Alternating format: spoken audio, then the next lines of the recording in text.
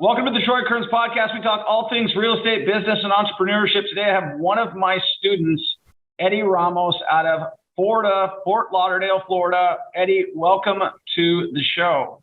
I appreciate you having me.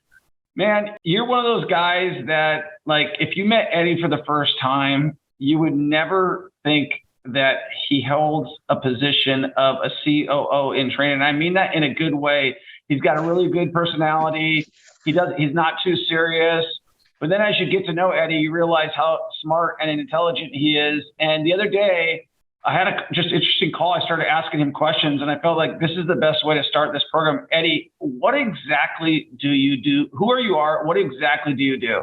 Well, I'm Eddy Ramos, originally from Miami, Florida. Grew up there. Then made my way to college up in Boston, small school down there, one of the maritime academies. Went to Massachusetts Maritime Academy for college there. So that was my first time away from home for 4 years. And I was lucky enough to get hired on by an oil company.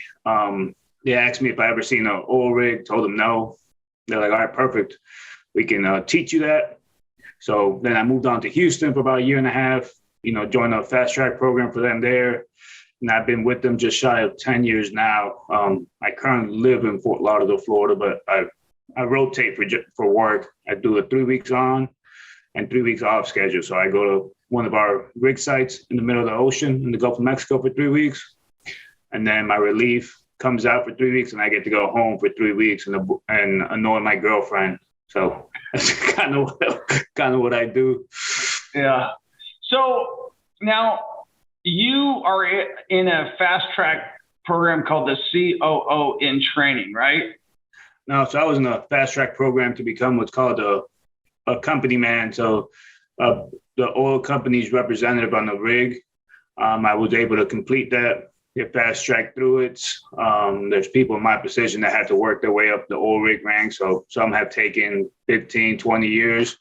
And I was lucky enough to fall into it. But the one you're talking about is where the conversation we discussed, where I was one of the, they call him SVPs or senior vice presidents in the company. He's in charge of all of our well work activity worldwide. I was fortunate enough to be selected to shadow him based on my career path so far, what I've delivered, the engagement I have, and I guess from a strategy standpoint and getting my perspective from being the client representative in the field. So for those of you guys who are listening right now, let's break down what you do. So you've told me this before, but you go out to the Gulf of Mexico. How far out do you go?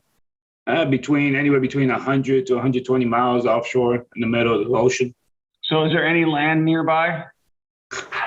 Nope. No, the closest land, we call them assets, which would be like our production platforms or other drilling rigs that we have in the Gulf of Mexico. Right. So you're out in the middle of the ocean on an oil rig. And how long are you out there? 3 weeks at a time. 3 weeks at a time. And how many people are on the oil rig? The one I'm currently on now is about 100. I've been on some that used to average about 145. And the largest one I've been on is a mixture between the drilling side and production. We used to have about 305 people on there. So it's like it's a small little town, right? In the middle of the ocean, and you guys are out there making money for a big, large conglomerate that makes money. And so what does the oil rig do, and what is your job on the oil rig?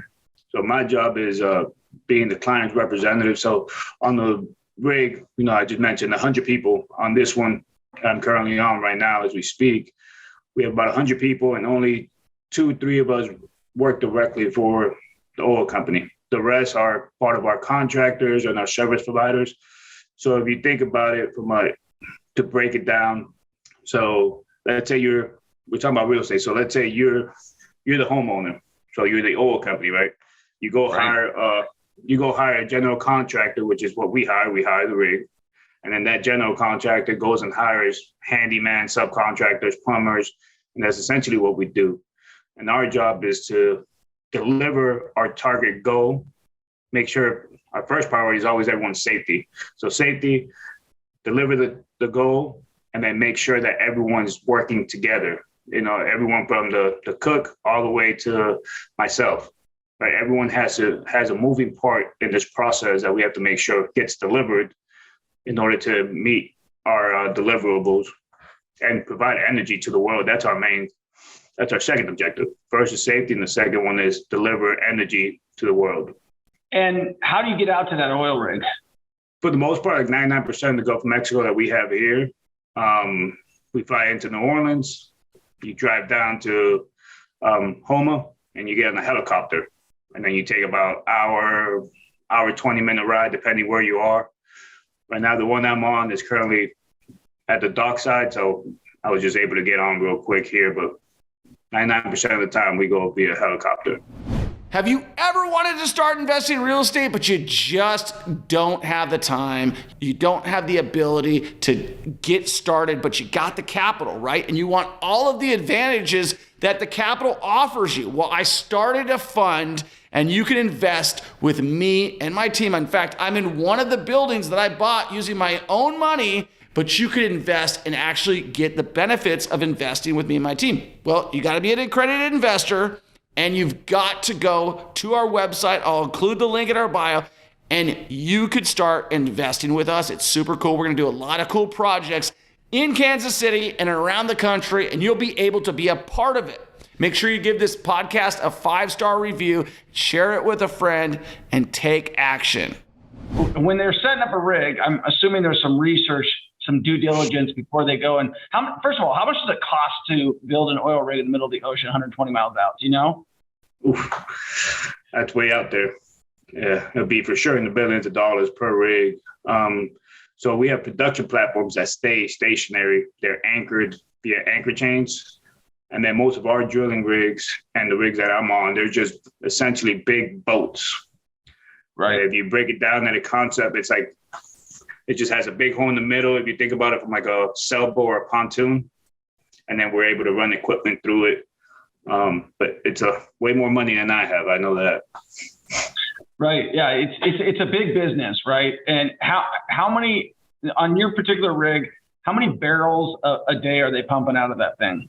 So in the Gulf of Mexico, I think in general, it's publicly announced, they got over 300,000 barrels in the Gulf of Mexico on a daily basis. What we do as a rig is we go either drill, complete, or we stimulate to try to make production better. And then all those barrels get pushed out to via flow lines. They have a lot of piping down in subsea flow. And then they go to production platforms. So the rigs themselves don't produce any of the oil. They just either help construct it, put equipment in, or help stimulate it, which is kind of to break it down, drain or down your tubing, right? Whenever you have clogs in your house. So that's one of the 3 things we do. Yeah, it's a super complicated business when you break it down. But I think when you were talking to me the other day, I kind of got it. It's like, essentially, they've got this big pipe in the bottom of the ocean that goes back to some sort of a processing plant. We're going to call it 120 miles in, right? That's where they're processing it at the probably the closest point of land. And that's a pipeline that you guys are hooking up to many different, what do they call where the oil is at? Wells. So many different wells. How many wells are out there? Oh, I don't even know, to be honest with you. There's many of them. There's a lot. Right. And so to be able to get these wells, they have to lease them from the government because you're an international. Are they in the international waters, or what are they in? No, we're in the U.S. water. So again, this isn't part of my expertise, but typically my understanding of it, the government has a lease auction. They had one last year, and then all oil companies can go out and bid. So there's a preliminary survey, was what they call it, kind of seismic, and very smart people can read a lot of lines. I can't. And then they can kind of predict, like, okay, this is what we think. Or also it might be like nearby, right? So kind of like real estate, like when you in your zip code, you're like, oh, that's a good prospect. I don't even have to run the numbers, right? And then we can go through it with that. Awesome. Yeah. So guys who know how to read oil, they know where the money's at. They go set up a rig there. and they bring a city of people down there to make sure that they're getting the most amount of money that they can bring back in.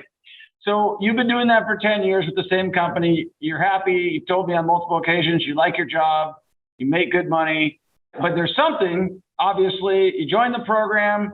Tell me a little bit about before that. And you kind of had some real estate before. Talk about what you owned before and what you did before joining our program.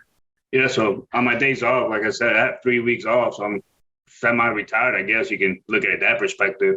So when I first started, I was in a relationship, then became single. So you could think about a 23, 24-year-old single person that makes a decent living in South Florida. So my 3 weeks consisted of a lot of great stories with a lot of great friends that I probably can't repeat.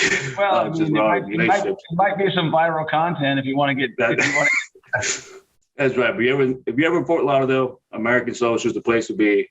But after that, I've got with my current girlfriend, Morgan. She's amazing. But even then, my days off consisted of, kind of waiting for her to get off work, kind of annoying her.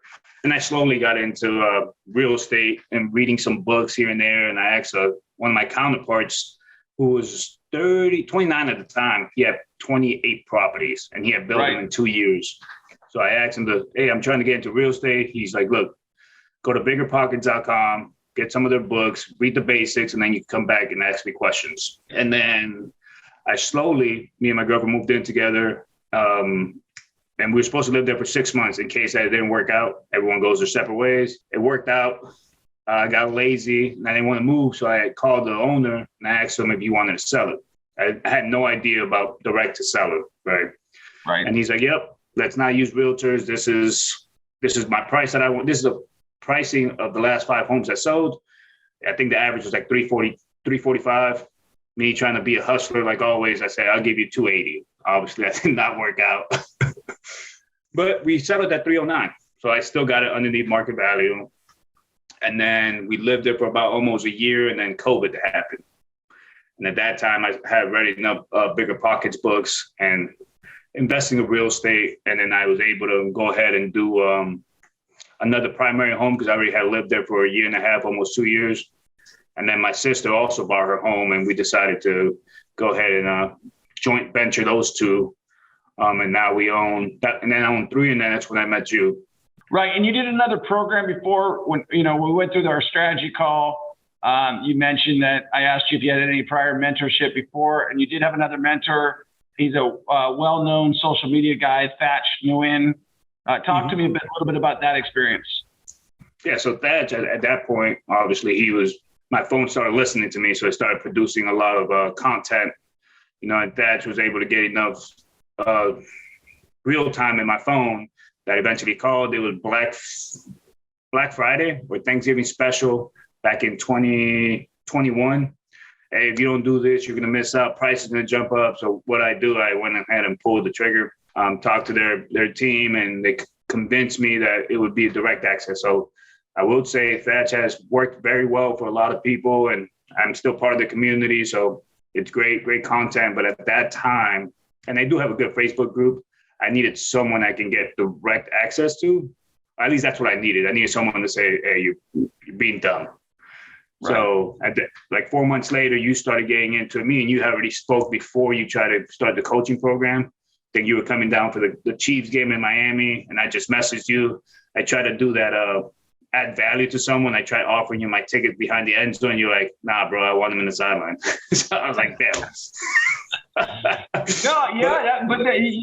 That I remembered that though, because a lot of people, and let me give credit where credit is due, a lot of people, they don't add value. They literally say, hey, I want this. Can you help me with this? And you literally knew that I was a football fan. You picked up on that, and you're like, hey, I'll give you these tickets. And you got my attention. But I was like, yeah, I know from being in enough games that it's hard to see the depth of the field when you're sitting behind the goal zone. And so I was just like, yeah, no, I don't. Now knowing you, I would definitely go to the game with you and sit in those seats. But at that point in time, if I was going to go down to a game, I want to sit in the best seats that I possibly can because of real estate, I've been able to afford those. And just to go backwards a little bit, I had those same tickets for years at the Hawks Nest in Seattle. Like the Seahawks Nest is on the exact end zone. And I had 13 season tickets to Seattle, which was kind of one of my little first side hustles. And so I'm not knocking on your ticket. I'm just saying, you know, at the point I'm at in my life, I want to sit in the best spots, you know, and, but you did add value, and I obviously remembered you. And, that was when I had first kind of really got into Instagram, and you were one of the first guys that joined the program. Yeah. And then ended up working out well for us. You got the tickets you wanted. I was able to resell those tickets for like $350 a piece. Cause I was like, man, you know, I had told either my dad or Morgan at the time, was like, yeah, I'm going to give these tickets away. Like, aren't those high end tickets? I was like, yeah, but I'm hoping to get something out of it. So it worked out for us. That's right. So, what made you, after having, I guess, the initial mentorship program, and maybe it didn't go the way you wanted it to, but you still believed enough in real estate to try it again, right? To try another program. Yeah. So, like I said, that program worked a lot, and it still works great for a lot of people. Now I'm reviewing some of the stuff, but at that time I needed someone direct access that I can text, right, or call directly, and not wait for a Facebook reply. So that's something you promised during our conversation. At that time, you said, hey, you know what, if that's your concern, give me a number. You text me right there during our call. Say, hey, now you have my number, whether you join or not. You have my number. And then you were just straight honest. You said, look, I'm not going to sugarcoat it. If you're going to come in here and want me to do the work for you, that's not it.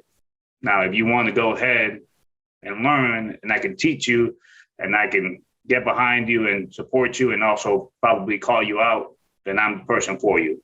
And that's what made me jump into it. And now I'm at a point where I'm so grateful for it, because it's paid for itself multiple times over. But now I understand the process and the meaning behind the mentorship, whether it's paid or not. Right, a year ago, you told me you're going to pay people to be your mentors and fly out to see them and talk to them. I would have told you you're crazy. Now, that's peanuts compared to the return on it. Right, you get one thing out of a mastermind. Someone different tells you the same thing in a different tone or at a different time, and it just clicks, and that return on investment multiplies tenfold. Let's talk about return on investment. So you had a couple rentals, as you mentioned, cash flowing just a few $100s a month, and you're building, but you had some good equity in those properties, but you had never done a flip, right? That's right. And just to let you guys know, I don't care who you are, every human being has a couple of things, and one of those emotions are fear. Fear of the unknown, fear of losing money, fear of failure, fear of making mistakes. And Eddy was no different. And so I started getting a little bit of the roadblocks from him. And so just randomly one day, because I'm on a lot of Facebook groups, I get emails from random wholesalers, and usually I just block them and move on. But this one was in Florida. And I knew my dude Eddy was in Florida. And so I said, hey man, I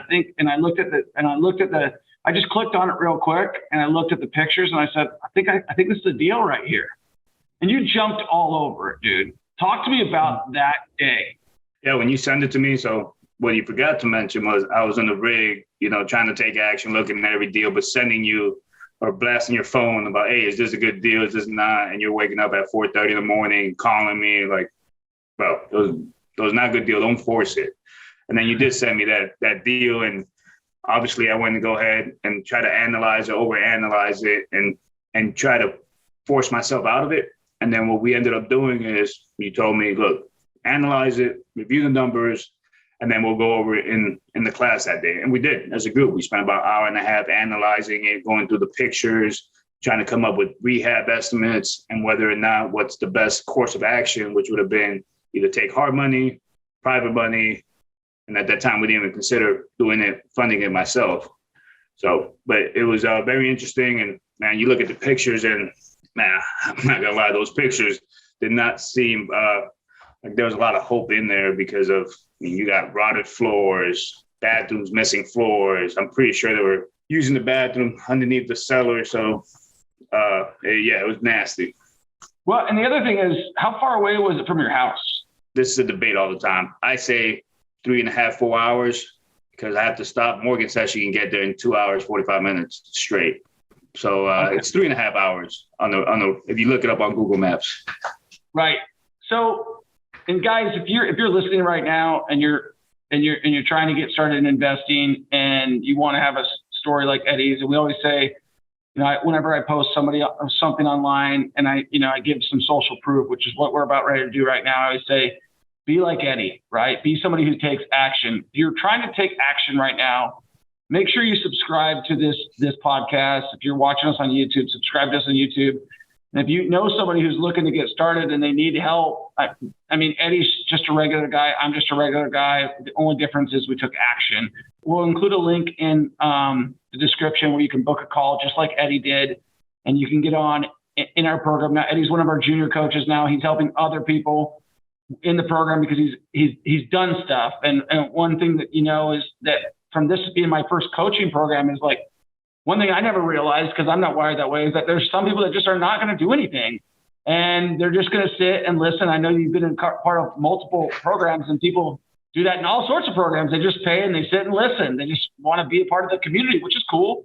And that's why we're going to be starting a fund for those people who want to invest, because you built the trust with them, you built the relationship with them, but they haven't done it. But Eddy, talk to me about, we analyzed the deal. You decided to go and buy the deal. And how did you get the deal accepted? What did that look like?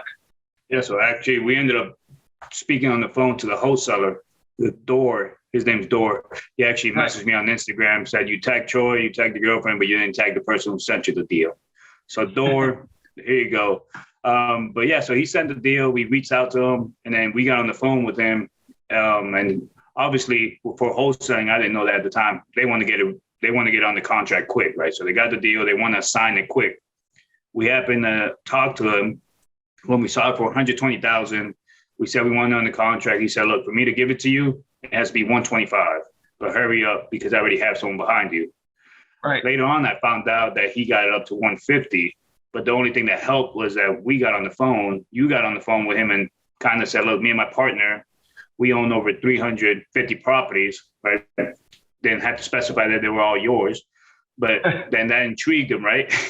That intrigued him. So I appreciate it. So now I use it all the time. I'm like, hey, my partner and I, we own over 358 properties, right? Right. We'll come in and it really gets people like, they're like, oh, wait, this is a big player. I kind of say we got them in Vegas, Kansas City, some in Orlando, some in South Florida. Some in Rochester, New York, Mississippi, Philadelphia, Tacoma, Washington. Yeah, man, we're all over the place. So he held it on for us. We said, hey, in the morning, Eddy's going to drive up there. And it took me all day. And then we finally got to his desk. And even then, you talked to the owner of the company.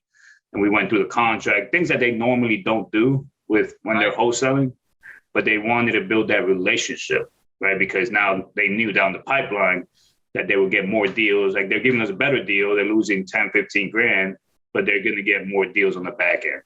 Right. And those guys were good wholesalers. Some wholesalers are not good to deal with. Those guys gave us a great deal. And we ran the numbers. And what did we initially figure were the profits of that property were going to be? What was our range? We said worst case scenario, best case scenario. I think we ranged it from like $40,000 up to potentially $60,000. But originally it was going to be $40,000. We said, look, we'll partner up. We'll split it. We went all the way through it. And I think I know why you did that. On the back of my mind, I knew that was coming. It's like, okay, cool. You want to take action? Let's see. So we'll get to the closing table. And you called me like, look, I'd rather you take the profits instead of me splitting it and making 20 grand. It's going to change you. You're going to learn more. And if we partner up on your first one together, you may not like me as much because I'm going to become Troy Kern's real estate mogul, Or I could be side by side, walk you through the whole process, but then I don't have to be a jerk to you. Right. And that's, people have experienced both sides of me on that thing. And, when you partner with your student, you want to make sure that like there's the safety in it. But if we're partnering, like it gets aggressive for me. I get aggressive on, and the thing about this is this was not just as you guys are listening right now. This was not an easy flip. This was not like, I tell all of my students, get a cosmetic fixer-upper. And this was not a cosmetic fixer-upper. But I asked Eddy, I was like, I knew he was a smart guy. I said, do you have anybody? He's like, my dad can fix anything. My dad can fix anything. and he'll help me out with this. I can pay him as much as I'm going to pay anybody else, and he's going to help me fix it. I was like, man, the light bulbs just went off there. I was like, man, this is going to bring his dad close to him. He's got a good relationship with his father. His father's not going to let him fail. I'm not going to let him fail. He's not going to let himself fail.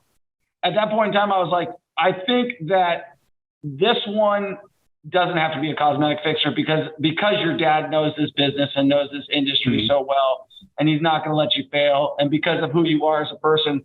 So how do they follow your journey, by the way, just so we're getting off topic a little bit? Might as well get the full way. Oh, yeah. So my social media is Eddy, EDDY _ Ramos, RAMOS. That's all I have. Instagram and then Facebook would just be Eddy Ramos. I have about 1,002 followers, so I'm moving on up.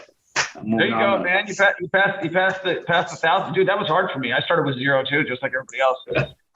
So you took this deal on, you bought it.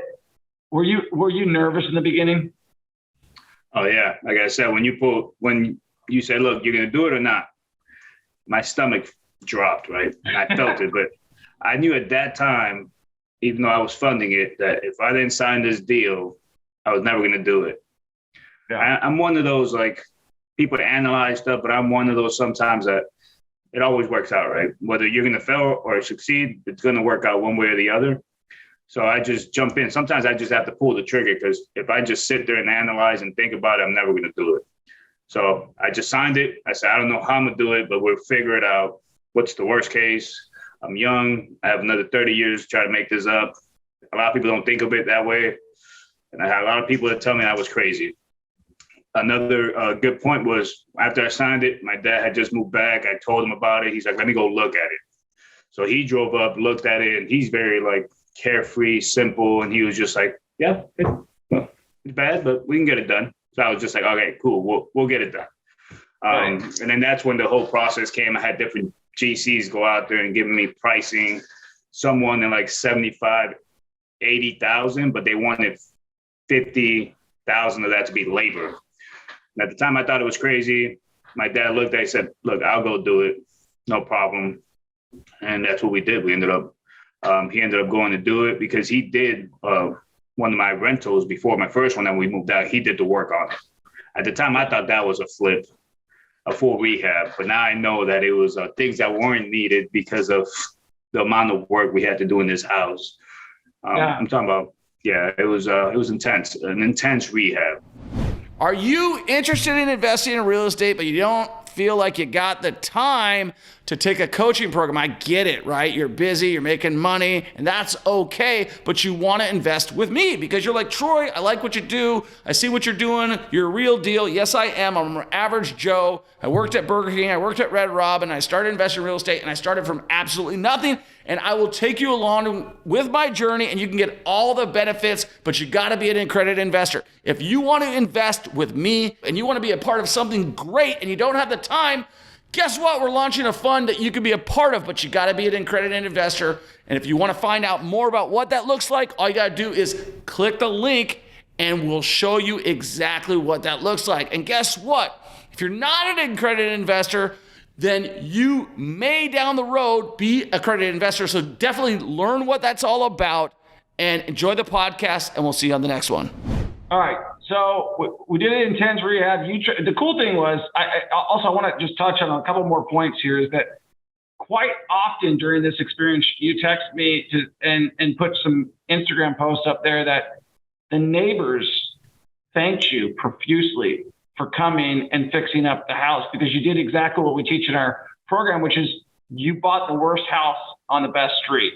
Talk to me about how good that made you feel.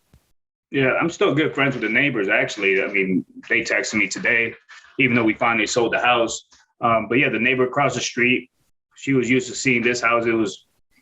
When we saw the pictures, we thought it was going to be in a horrible neighborhood. And when we pulled up, we realized it was a horrible house in a great neighborhood that's actually now being gentrified or being put in an area where they're starting to build a lot of stuff because it's near Orlando, it's near Lake Mary, it's near a bunch of big cities. However, these plots of land are big and these homes are cheap around there compared to the surrounding cities. So A lot of developers are coming in But yeah, so the neighbors were used to seeing just trash trailers, but they had about 15 cars in the back, just garbage everywhere. And that's what they saw on a day-to-day basis. And when we took it over, it smelled real bad. For how many years? I think about 7 to 8 years that the people owned it. But the last 3 was real bad, right? So you had a lot of drug activities in the back, a lot of garbage. There was a lot of needles everywhere. It was horrible. And one of the other neighbors she's about 75 years old. Her husband died a couple of years ago, but they used to get in conflicts a lot with the neighbors, right? And then when we took over, we greeted her every day, helped her with her mail, her garbage. And then sure enough, we built that relationship, especially my dad. When we were leaving, they were sad. Like they gave my dad some gifts, like we're going to miss you guys. And now we talk all the time. And then now we're talking about some family members around there that they may go into homes. So like, Eddie, we'll talk to you. We'd rather get something and work it out with you because you're honest. You and your dad are great people.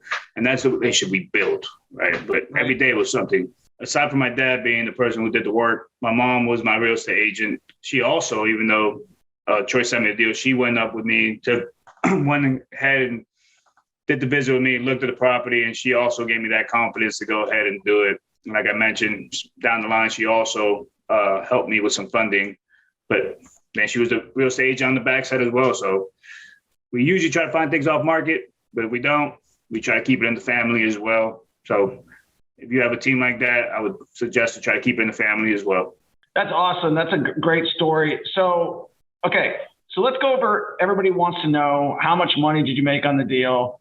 Let's first real quick hit on it. We went through, originally we were going to get hard money. And for you guys who don't know what hard money is, that's where you go to, they have local hard money lenders, which is like, a guy named Jeff or whatever, whoever's named Al or whatever, and he's loaning out hard money and you're going to pay 2% of the total purchase price, 25% down, and he's going to fund the flip. Maybe he's going to fund it 100%. Maybe you're going to fund the repair costs. Maybe you're not. The guys that I work with, they'll fund, 100% of the repairs and 90% of the flip, and you're going to pay 2% origination. And we looked at that, we figured out the loan costs were going to be around $13,000 to $20,000, right in that range. 13 on the low end, 20 on the high end. And Eddie was, talking to me at that point in time, and he was like, "Man, I don't know." And it seems like he was really stressed out. So we were talking about where he could get money, and I was like, "Well, do you got any money anywhere else?" And you're like, "I got it in the stock market, but I'm down. I'm down a lot in the stock market." Let's talk about that. Yeah. So I've always, since I was young, or since I started working for the company, I didn't grow up with money. So, and I had a couple of my friends' parents that we also didn't grow up with money. But one of the things that stuck with me was the richest man in Babylon. If you start investing, pay yourself first. So ever since I started, I was a broke college student. So I put a lot of money aside and I lived under that. And every year I got whatever raise I got, I put that money away. So eventually over time, my portfolio, I had a personal investment portfolio with Sure Financials, if you're looking for good people.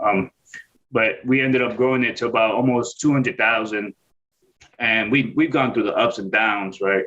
I've never sold anything because I don't need it. The only time you lose is if you sell. But at this time, we were down to about $35,000. And when we did the best case scenario, we were going to hold it for 2 to 3 months, loan costs, holding costs. But I carried out for 12 months. I said, let's do worst case, 12 months. If I had to hold it, I'm gonna be down to about $35,000, right? I'm gonna have to pay the hard money guy. Right. Or the conversation we had, you're like, look, if you don't want the stress, because my main thing was I don't want to borrow $1 from one person. If I'm gonna go at such a risk, I'd rather lose all my money and then I can live with myself. Right. So we ended up discussing it, and he said, look, if that's what you want, I'm not telling you what to do, but you have the money in the stock market, it's gonna be a wash. And you don't have to worry about the stress. So then I thought about it and I realized that was the right thing to do at the time. So we ended up calling my financial person. They were good with it. Like, look, that's fine. Usually whenever I called them with other things in the beginning, crypto, when it first was taking off, they're like, no, we're not doing that. But yeah, that's where we were at. So we sold it at a loss. Overall, over the last 9 years, we had a lot of profit. And that's what helped us fund the purchase price. And just to know, if you're listening right now, first of all, subscribe, share, and if you know somebody else who's trying to get started, if you're trying to get started, click the link and schedule a call with me and my team will definitely help you out. But what Eddy is referring to is he was pot committed because he was down in the market from where he was up. He was attached to his losses and his gains that were no longer there. So for him to sell it, he'd be selling at a loss, and he felt like, man, I could just hold on. This is what everybody wants to do. That I could hold on and wait for the market to go up. But what did the market end up doing in the stock market? It's gone down. It's come up a little bit now, but I would still be down probably, I don't know, maybe 25 grand, give or take. Right. So instead, and then he was going to be stressed out with the hard money. So I was like, listen, you got the money, you're already down. And if you break that down to, hey, it's going to cost you money to borrow money anyways, you're actually going to be able to bridge that gap of the loss, the perceived loss you have in your mind, because you won't have a hard money lender, and then you won't have any stress. So not only will you not have a hard money lender, but you'll actually bridge the gap of the loss because you won't be paying a hard money lender. So versus having the stress of being down on the market and the stress of the hard money lender, you can put them two together and bridge that gap. And now you're making up your loss by not having to pay a hard money lender. And that's what you did. And now let's talk and reveal, how much money did you make on that deal? You just closed on it was it Friday? Friday. Yeah, we finally closed on it. We got funded. So that was the 10th. We're on the 13th of February. You closed, you got funded. You sent me the numbers. How much money did you end up making on that deal? I'm looking right now, $70,361.44. Did the interest rates jump up crazy between the time you acquired it and right now? Yeah, I mean, when we bought it in July, they were just starting to talk about it. So we bought it pretty much almost at the height of the market, right? And then we were going through the rehab, and Reggie, the ARV was 270. We thought that after repair value was going to be 270,000 on a house that was 970 square feet. And we still sold it underneath market value at 289. Well, it ended up being 290,000. So we put 289, 750. Originally, we could have sold it probably in the 310, 315, but would have sat there for a while. So we listed it below market, and we still netted more money than what we originally thought, and still priced it kind of low. And the rehab took longer, and we spent more than what we thought originally. Right. So you made 70 grand. You took action. What is different now than when it was when you first started? How is your thought process different? Good question. My thought process has changed in the sense of, I still have to fight from time to time. So I see a property, I'm like, man, that's horrible. I'm shifting my mindset more to, if I don't get it, or if I don't buy it, someone else is going to buy it. And that goes to like the Mississippi house, right? I went back and forth multiple times. I said, that house is worse than this one. You were just relaxed about it. Like, okay, you don't want it. Cool. I'll do it. And then that's what's kind of shifting my mindset. Like, someone's going to do it. Why not me? Right. Exactly. And that's such a great thing. If Eddy can do it, so can you. If I can do it, so can you. I worked at Burger King. He's probably way smarter than I am. He's on the fast track of the COO level.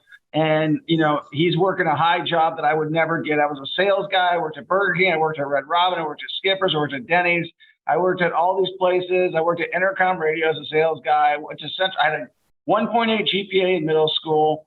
Listen, that's the way I looked at it. If you have the drive, if you have the ambition, if you really want it bad enough, you're going to go get it. So now you took that money, you bought another house for a good deal in Mississippi, and now you're getting ready to fix that one up. That's right. Yeah, we're talking to the team that you have as well. That's another thing of the relationships, right? And the mentorships. Like, okay, I'm going to Mississippi, which is your backyard where you invest. And now you're lending your contacts, right? And a lot of people don't do that. A lot of people won't lend their contacts. And that in itself pays for the mentorship, right, tenfold as well. But yeah, that's the next thing we're going to do. And I just want to make sure people understand, like, even the rehab process, it wasn't perfect, right? Like, there was many times I was stressed out. I was running on fumes. Like, I really got really low. So I was like, I need to sell this house. And luckily, like I said, Morgan is amazing. She was just there the whole time. Even when I was stressing out, she was like, look, we got this. Don't worry about it. right? Because I'm always a positive one. And she's always there she's a logical one. I'll say that. She's very logical. But yeah, so now we're going to move on to Mississippi one. And actually that one I bought with other people's money, right? Right. So yeah, you didn't have the money at the time, right? That's right. I did not have the money. So, Morgan and my mom, they ended up lending me some money to buy the house. Now I got to pay them back plus their interest, right? I guarantee their interest. A lot of people don't do that, but I guarantee them. But if you don't have the money, you can find it. But also you have to have a track record. They started seeing what the work that we were doing, the commitment that we had, and the process, right? Yeah, your girl was actually there painting with you, and they get into it once they see it and they realize that, like, and that's the way, like, people don't really understand that real estate is almost a disease. Once you get it, everybody else around you gets it too. And by you showing everybody that you were willing to take the risk, just because people were projecting at you that you were making mistakes and and my coach gave me this advice one time, which makes a lot of sense. And if you're listening right now, definitely hear what I'm saying. Why would I take your criticism if I wouldn't take your advice? Everybody's out there to criticize you, right? But the people that are giving you the criticism, would you take their advice? And if the answer is no, then don't listen to their criticism either. And so I've never looked at your house out there in Mississippi. How's it look? Oh, yeah, bad. I mean, it's missing drywall everywhere, the ceiling, but it's going to get done. I mean, now the way I look at it is it's going to get done. If I didn't buy it, you were buying it. You and Eden were going to buy it, right? You already said it. Look, if you don't want it, me and Eden will get it, and we're going to be it. I'll still take it if you don't want it. If you want to get out right now, I'll take it. That's right. Yeah, I mean, listen, no, I'm serious, 100%. Like, that offer's always still good. So if you ever feel like getting out, I got no problem buying it off you. We love investing in Mississippi. That's one of my favorite places to invest in the Gulf Coast. And I think that you're going to do really well. We put the ARV around $150,000 in that property. What did you end up paying for that property? We bought it for $39,800, so $40,000 with a closing cost. We estimated our repairs between $40,000 and $60,000, somewhere in that range. Yeah. So you should have $50,000 in equity at the time you're done with it. And it's close to the beach. You've got multiple exit strategies. You could Airbnb it. You could rent it. You could flip it. You could do long-term rental. That's one of the things we talk about all the time, is having multiple real estate strategies when you're getting in the deal.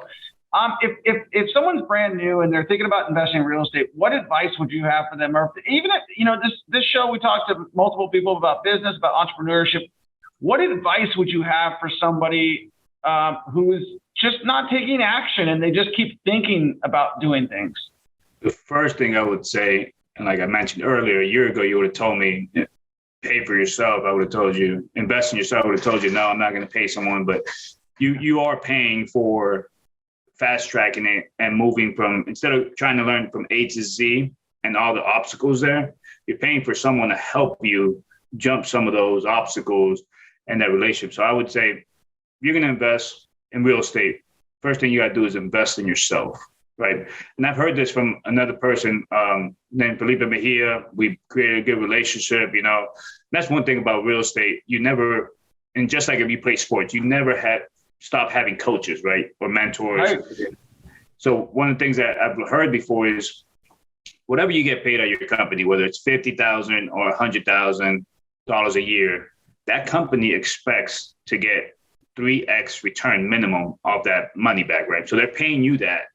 So that means that your boss believes in you $50,000 or $100,000 to pay you that, yet you're not willing to pay $1,000 or $3,000 or $5,000 to invest in yourself, right? That's low cost compared to the big picture in real estate, right? So if you're not looking to invest in yourself, that means you don't believe in yourself. So your boss believes more in you than you believe in yourself. And I've heard that before, and it stuck with me. And I was like, you know what? Okay, now I get it. It clicked. Right. So obviously the investment in yourself paid off. You made $70,000 and you've got another flip where you're going to make more money. You got a bunch of deals going on right now. Guys, if you're not subscribed to the channel yet, make sure you do so. We've got multiple platforms, TikTok, Instagram, YouTube. We just hit 55 million views on, which, believe it or not, blows my freaking mind, And let me just tell you something. I didn't start this to make money. I just want to tell you that right now. I started this because I knew it would make money, because for years and years and years, I've been helping other people and not talking to anybody about it. I've been doing the same thing that Eddy and I just did together. I mean, he did it himself, but I helped him along the process. I've been doing that for other people that weren't paying me to help them. And I was like, man, I got online. I saw who was online. I said, these guys don't know what the hell they're talking about. And I went and talked to my friend, Ryan Pineda, who's a social media influencer. And I said, why are you doing this? He explained why. And I said, my goal has always been to build a company and take it public. That's really been my long-term goal.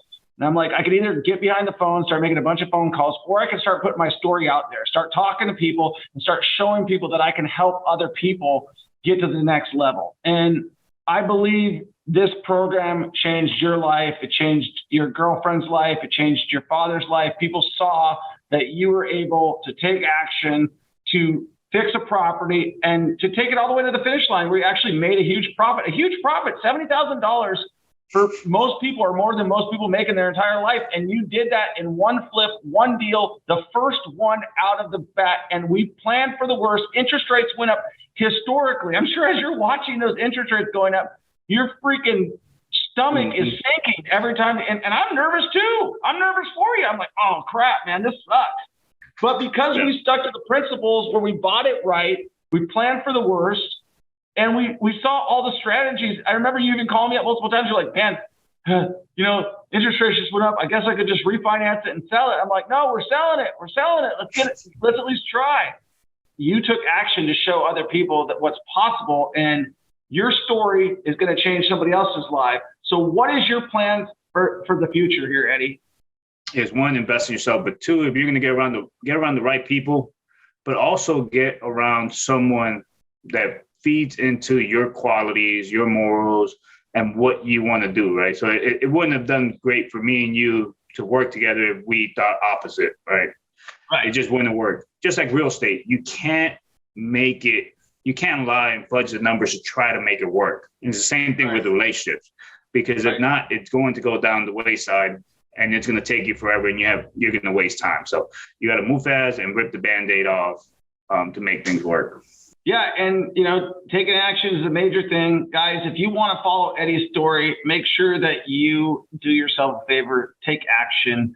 Don't, and so many people take this for granted. And you hear me say this all the time, is you've got one shot. And it brings me to the Eminem song, one shot, one opportunity to lose yourself, right? And it's really the case. Like, too many people just let life pass them by, and they don't take any chances. They don't take any risks, or they take the wrong risks. They risk their livelihood on gambling and on drinking and on doing all sorts of other things that don't enhance their lives, and they don't bet on themselves. And you bet on yourself, and you've showed everybody what's possible. And it's cool. It was a privilege to be along with you for the ride. I'm super proud of you. I mean, like my wife and me were talking about this the other day. It's like, I almost get as excited for you guys as you do for yourself when the program, because I feel like I was, a large part of that. And for me, that's, proof positive that the program really works and people can be successful because of it. Because sometimes when you see guys not taking action, you almost blame yourself. Like, what am I doing wrong? How am I not helping these guys?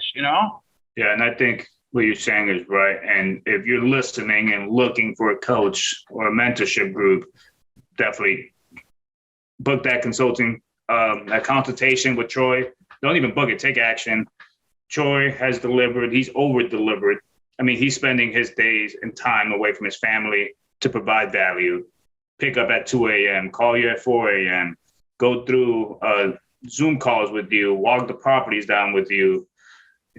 So if you're looking for a coach, Troy is the way to go. You're going to get what you see, right? He's going to over-deliver, and he's going to do everything possible not to let you fail. Now, that's his part, but your part is to take action and also make sure he's not wasting his time. Right. Appreciate that. We'll kind of wrap things up on that, guys. If you want to take action, if you want to change your life, you've got one opportunity to do it. You don't get to do this thing twice. Life is precious. It's not guaranteed. You could get hit by a bus tomorrow. So with that being said, do us a favor, spread the love and share this with someone who you care about. Give us a 5-star review. Tell us what you think about Eddy, and follow his journey at Eddy Ramos __ at Instagram. You can just go check out my site. We posted a bunch of stuff that he's done, and get him up to 5,000 followers on there by smashing that like button and share this video with a friend. Listen, man, I didn't ever think I'd have 55 million views. I remember when the crawl from 0 to 1,000 YouTube subscribers, and not that like I want to get like this. I don't want to be famous. I'm not like a lot of these guys. I just want to do something great with my time on this earth. I want to make my kids proud, like you just mentioned. I want to show my dad that whatever he was betting on, all the other people who didn't think I could do what I said I could do, I want to show them all that they were wrong. And, I want to show myself that I was right. So guys, whatever your reasoning is for getting started, whatever your excuses are for not, change them and take action. We'll talk to you in the next one. Peace. So I wanted to interrupt you in this podcast and just take a quick moment to tell you 2 things. Number 1, we do this for free for you. I haven't made a nickel on social media at all. I'm doing this to provide you enough value. So all I'm asking for you to do is share it and give us a 5-star review. It'll totally help us out, and I really appreciate it. The other thing, if you want more free resources like our free Facebook group, it's Millionaire Mentorship Real Estate Investing on Facebook. All you got to do is join it. It's free. It doesn't cost anything, and there's lots of resources there, and we'll definitely give you those for free, no charge. Here's the other thing. If you're serious about investing in real estate and you're ready to take action, I have a program. No matter where you're at in your real estate journey, I can help you out. I don't care if you've got 5 houses, 10 houses, no houses, 100 houses. I've got something that I can share with you that's going to make you a lot of money. And if you want to become financially free and you're brand new to real estate investing, this is the absolute thing you want to do. And here's the thing. What I've learned from most of my students right now is that it's not just an investing program. It's a mindset program. We're going to change the way you think about money. If you want to start investing, make sure you schedule a call with me and my team, and let's get the ball rolling. Guess what else? If you are like, man, I don't got the time and I make tons of money, I just enjoy listening to what you're going to say, that's cool too. We actually have set up a fund where you can invest with us, but you got to be an accredited investor. If you want to find out what that looks like, all you got to do is click the link in my bio, fill out the form. It takes you about 2 seconds, and then we'll let you know about the deals that we're doing. We're doing big deals in Kansas City. And this year, I think we'll do 2 huge deals in Kansas City. I'm looking at a few right now, and I want you to be a part of it. And if you've got more money than time, then that's what you should do. If you got more time than money, then schedule a call with me and my team, and we'll get you into our coaching program so that you can have more money than time.